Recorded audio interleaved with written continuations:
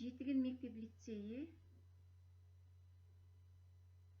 1-класс жазуу сабагы Карыбаева Ыкыбал 2 сабак. Саламатсыңарбы балдар?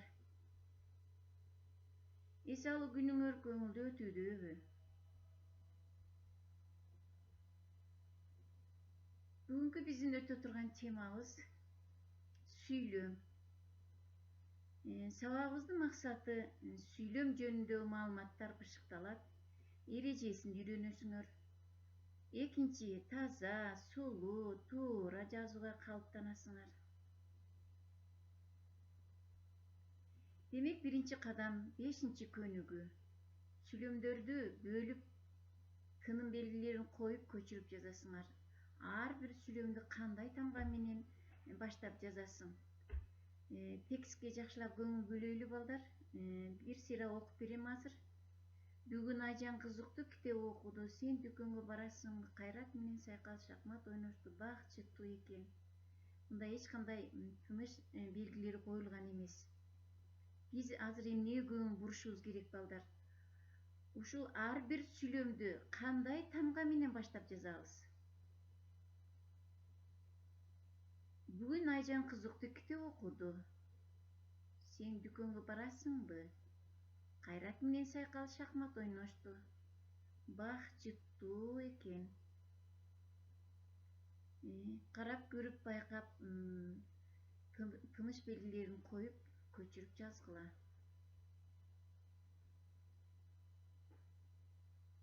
Жаздыңарбы? Азаматсыңар. Анда силердин ушул ар бир сүйлөмдү кандай тамга менен башталып жазыларын билдиңер бекен? Азыр текшерип көрөлүчү. Демек, 1-чи сүйлөмгө көңүл бөлгүлө. Бүгүн Айжан кызыктуу китеп окуду. Бул бүгүн Айжан кызыктуу китеп окуду. Айжандын кызыктуу китеп окугандыгы жөнүндө ойду билдирип жатат. Бир ой бүткөндөн кийин эмне жасайт экенбиз? Тыныш белгисин коюлат экен. Сен дүкөнгө барасыңбы? Бул жерде дүкөнгө бараарын сурап жатат. Ошон үчүн бул жерде эмне коет экенбиз? Суроо белгисин коет экенбиз. Кайрат менен сайкал шахмат ойношту. Бул жерде сүйлөм жайынча билдирген үчүн бул жерге чекит белгисин койдук. Бак жыттуу экен. Мында ички сезим, күчтүү сезим менен айтылгандыгына байланыштуу бул жерге илет белгиси коюлду. Демек, балдар, байкап көрөлүчү. Бүгүн Айжан кызыктуу китеп окуду. Сүйлөм баш тамга менен жазылып, аягына эмне коюлду? Чекит коюлду. Демек, чекит коюлгандан кийин кийинки сүйлөм кандай жазылаарын байкайбыз. Демек, чекит коюлгандан кийинки сүйлөм кандай тамга менен жазылат экен? Баш тамга менен жазылып, аягына тыныш белгиси коюлат экен. Көрдүңүз? Сен дүкөнгө барасыңбы? Сен деген сөз чекиттен кийин баш тамга менен жазылды. Барасыңбы деген сүйлөмдөн кийин, суроо белгисинен кийин кийинки сүйлөмдү окуйбуз. Кайрат менен сайкал шахмат ойношту. Бул жерде кайрат деген сөз эмне менен башталды? Баш тамга менен башталды. Бак жыттуу экен. Ойношту дегенден кийин чекит белгиси коюлгандыктан кийинки сүйлөмүбүздү баш тамга менен баштап жаздык. Бак дегенде Б тамгасы кандай жазылыптыр балдар? Баш тамга менен жазылыптыр. Демек, 2-чи кадам билип алабыз. Сүйлөм баш тамга менен башталып жазылат. Аягына тиешелүү тыныш белгилер коюлат.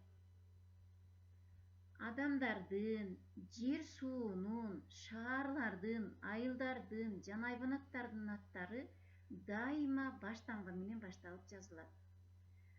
Демек, 3-чү кадам ошо китебиңердин 6-чы көнүгүгө көңүл бөлөсүңөр.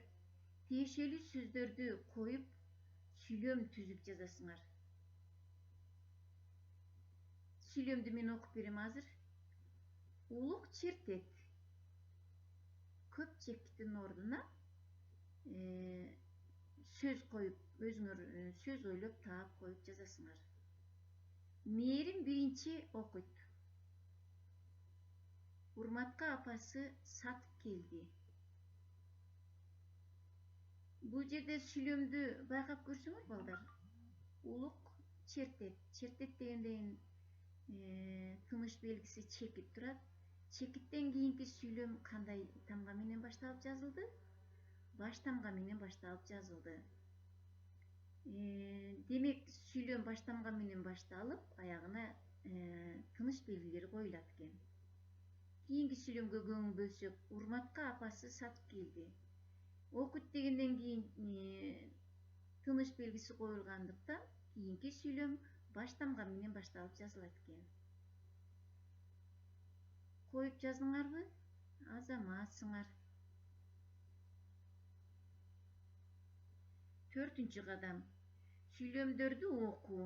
Баш тамга менен жазылган сөздөрдү тап. Алар эмне үчүн баш тамга менен жазылган?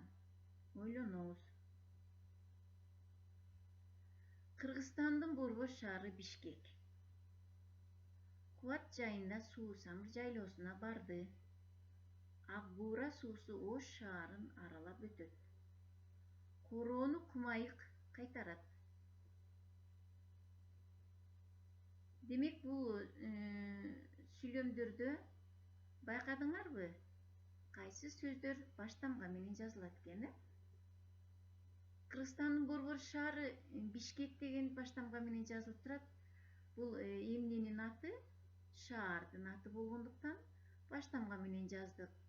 Андан кийин Кубат деген адамдын аты болгондуктан К тыбышын баш тамга менен жаздык. Суу-Самыр жайлоосу бул жайлоонун аты, атайы энчиленип коюлган. Ошондуктан Суу-Самыр деген сөздү дагы баш тамга менен жаздык. Ак Буура суусу.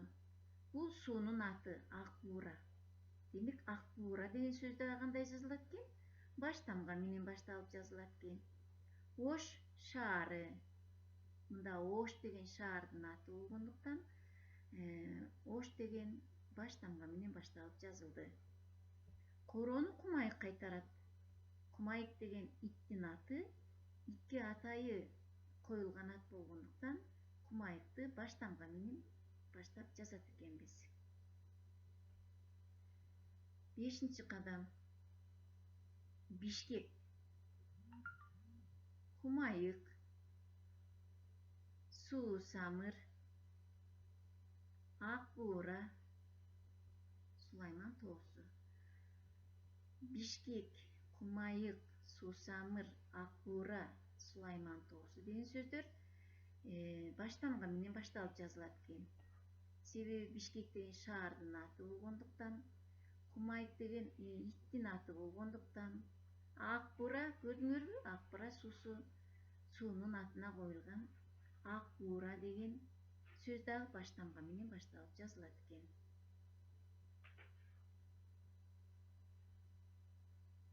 6-чы кадам. Үй иши. Жазуу дефтериңердеги 17-18 беттеги берилген жазууларды жазгыла. Сулуу, таза жазууга аракеттенгиле. 3-чү, 6-чы көнүгүү. Сүрөт боюнча сүйлөм түзүп келесиңер. Саламатта калгыла балдар.